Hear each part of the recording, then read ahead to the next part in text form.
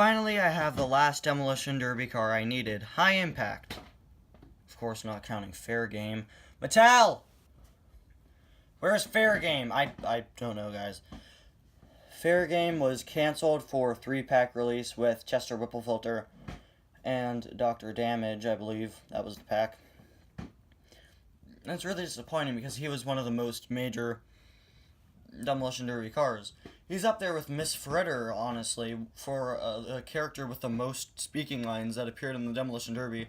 Of course, not counting McQueen and Cruz, and it's sad that he's nowhere to be found. His Crazy 8 Crasher, that line of plastic cars with a little ball or little wheel underneath that allows you to spin them around, kind of like micro drifters, was released for Fair Game, even though he can't really roll independently.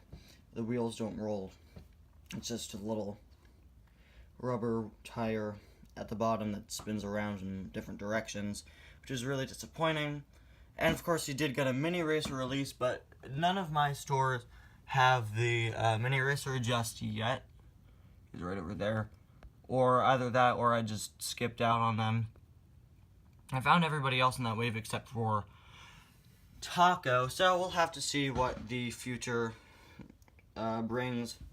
But hopefully Fair Game will be released soon. Back to this review. Today we're going to be taking a look at High Impact from the 2018 Thunder Hollow line, originally released, and that 2-pack with Jimbo there back last year. So let's get started with the review. I really like her card art, and yes, it is a she. You could definitely tell that this is a female character because of the thicker eyelashes compared to characters like Sigalert or Tailgate, who should have had the eyelashes drawn on, but didn't. Of course, High Impact, and then her name in Spanish, because this is on international card, Thunder Hollow there. And on the back you can see it's Crazy 8 Night at Thunder Hollow Speedway. And on the back you can see Miss Fritter ramming into Sigalert, Bill, and Patty there. And you can also see Tailgate, Chester, Francis, and Broadside. So let's get her out of the package. Chester is yet to receive a release here. I'm sure he'll come out next year. Oh no, she has tape. I'm sure he'll come out next year from Thailand. As it stands currently, it seems that Mr. Drippy will be receiving a re-release. He was revealed on the back of 2019 Roscoe. And it also appears that, well, Hit and Run have already been revealed for 2019 release. And I'm sure that Chester will find his way into the series, and hopefully Fair Game. That's why I don't like tape on the packaging, it makes it a mess. I display my card backs, and I really hate it when I have the tape there because it just makes it look really bad. So here's High Impact out of the package. I really like her simplistic model and design. You could definitely repaint her to just make a normal car.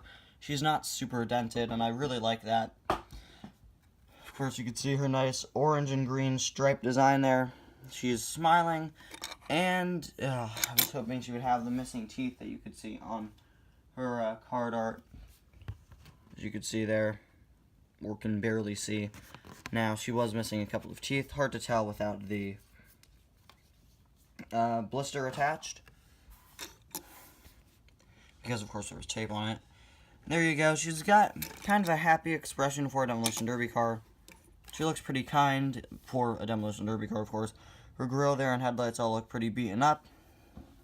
I really like all the white designs, kind of the white all over her, or at least the lighter colors all over her, with the word Cosmonaut written there, number 12, Steve's Tool Barn. And then just a number there, which won't work because there's a 555 in it. So you can see here her wheels are totally just miscolored and colored in crazy ways. I've said this since my very first Demolition Derby car review back over a year ago with Superfly. I just love how the Demolition Derby cars are made to look like they're homemade. It's not like you have a professional like Ramon, of course 12 there and there, Steve's Tool Barn, and the number again. It's not like you have a professional like Ramon or even like a custom decal car like Wingo putting on their decals. Instead, you just have them doing it homemade, and it gives them a really cool feel compared to other die casts. And really makes them some of the most unique diecasts I think we'll ever get in the Cars toy line. No matter how many more Cars movies are made, I feel like we're going to look back in the future and think, yeah, the Demolition Derby guys always stood out. And we're also going to look back in the future and say, hey, where's our fair game? I don't know.